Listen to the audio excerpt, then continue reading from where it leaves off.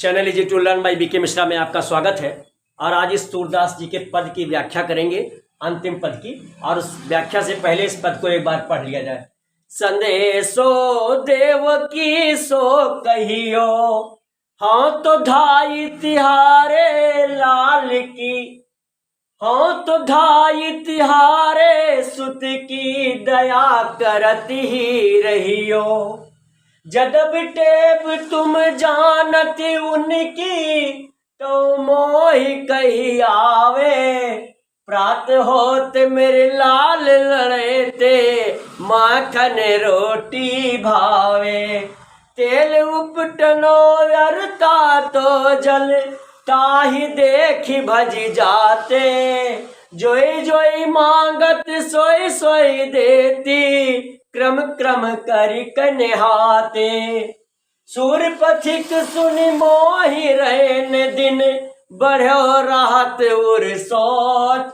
मेरो वलक लड़े तो मोहन, हई हो करत संकोच। अब आइए इस पद की व्याख्या शुरू करते हैं। संदेशो देव की सो कहियो, मैया यशोदा उधो से कहती हैं कि हे उधो, मेरा ये संदेशा जा करके और देवकी से कह देना। हाँ तो ध्याई तिहारे सुत की दया करत ही रहियो। वैसे तो मैं तुम्हारे बेटे की धाय हूं, यानी उसका पालन पोषण करने वाली, सेवा करने वाली, फिर भी मुझ पर दया करते रहना। जदब टेब तुम जानती उनकी, तो मोहि कही आवत।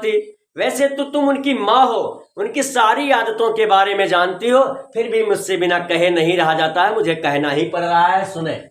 प्रात होत मेरे लाल लड़ेते, माखन रोटी भावे। सुबह होते ही मेरे लाडले लाल अर्थात कृष्ण को माखन रोटी बहुत ही प्रिय है, बहुत ही अच्छी लगती है। तेल उबटनो वरता तो जल, ताहि देखी भज जाते। तेल उपटन और गर्म जल को देख करके वह भागने लगते हैं, भाग जाते हैं। और जोई जोई मांगत सोई सोई देती, क्रम क्रम करि के निहाते। जो जो मांगते थे उस समय वह वह मैं उन्हें देती थी, और किसी प्रकार से, किसी विधि से क्रम क्रम कई के नहाते थे।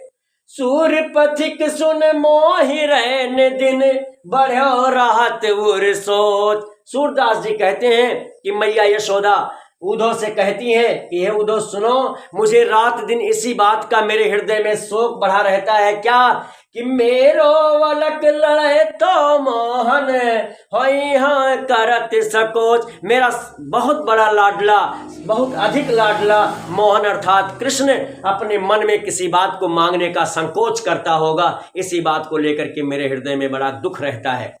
अब एक बार फिर से इसका हम रिवीजन कर लेते हैं। मैया यशोदा कहती हैं उधो से कि हे उधो, मेरे संदेश को देवकी से कह देना।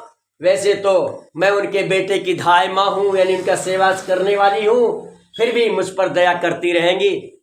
वैसे तो हर माँ अपने बेटे के सब आदतों को जानती है, तो कहती हैं कि वैसे तो तुम उनकी सब आदतों को जानती हो, फिर भी मुझसे बिना कहे हुए नहीं रह जाता। कि प्रात होते ही मेरा जो लाडला है अर्थात कृष्ण, उसको माखन रोटी बहुत ही प्रिय है, और तेल उपटन गर्म जल को देख करके वह उसे भाग जाते हैं। तब मैं जो जो वो मांगते हैं उस समय वह सब उन्हें देती हूँ, और वो किसी विधि से, किसी प्रकार क्रम क्रम कह के नहाते हैं। और फिर सूरदास जी कहते हैं, पथिक मतलब उधो, सूरदास जी कहते हैं कि यशोदा जी उधो से कहती हैं कि सुनो, रात दिन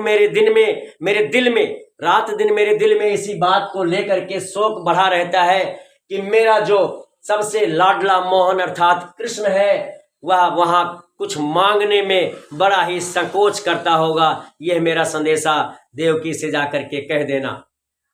पूरी कोशिश की है कि यह व्याख्या इसकी आपको अच्छी तरह से समझ में आ जाए।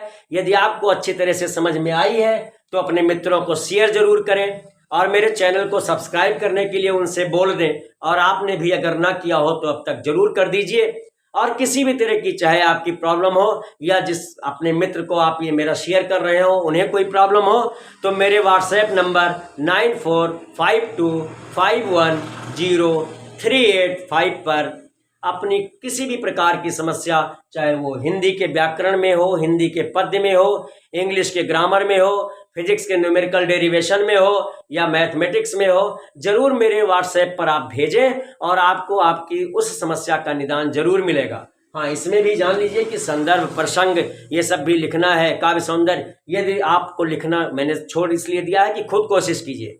फिर भी यदि आप नहीं लिख पाते हैं तो जरूर मेरे व्हाट्सएप नंबर फिर से सुन लीजिए 9452510385 पर भेजेंगे, सॉल्यूशन आप तक जरूर पहुंचेगा। और अब तक मेरे साथ इस वीडियो में बने रहने के लिए आपको बहुत बहुत धन्यवाद।